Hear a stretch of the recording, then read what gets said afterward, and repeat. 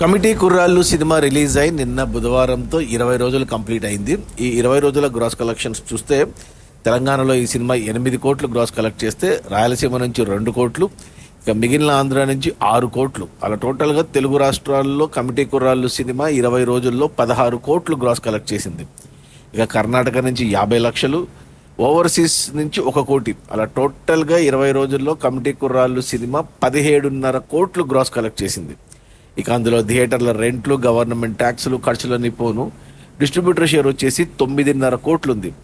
ఈ cinema budget 10 కోట్లు అయితే డిస్ట్రిబ్యూటర్లకి 3 కోట్లకు అమ్మారు. 3 కోట్లు వెనక్కి వచ్చి మరో 6.5 కోట్ల లాభాలతో cinema huge double block buster అయింది.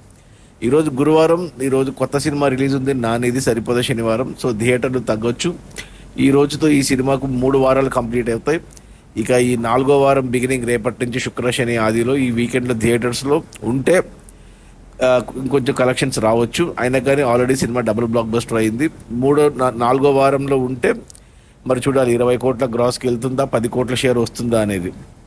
ఒక చిన్న సినిమా, అంత కొత్త వాళ్ళతో తీసిన సినిమా ఈ రేంజ్ హిట్ అవ్వడం గ్రేట్ అని చెప్పాలి. ఆగస్టులో హిట్ అయిన 2 సినిమాలు 2 చిన్న సినిమాలే. ఒకటి కమిటీ కుర్రాళ్ళు అయితే ఇంకొకటి ఆయి సినిమా, 2 గోదావరి బ్యాక్డ్రాప్ సినిమాలే. అది మన నిహారిక కొనిదెల ప్రొడ్యూసర్గా మారి తీసిన మొదటి సినిమా. 11 మంది కొత్త హీరోలు, 4 కొత్త హీరోయిన్లతో, సాయి కుమార్, శ్రీలక్ష్మి అండ్ గోపరాజు రమణ సపోర్టింగ్ కాస్ట్తో, కొత్త డైరెక్టర్ యదువంశీ డైరెక్షన్లో వచ్చిన ఈ సినిమా రిలీజ్ అయిన మొదటి 20 రోజుల్లో 17.5 కోట్ల గ్రాసు. అందులో డిస్ట్రిబ్యూటర్ షేర్ వచ్చేసి 9.5 కోట్లు.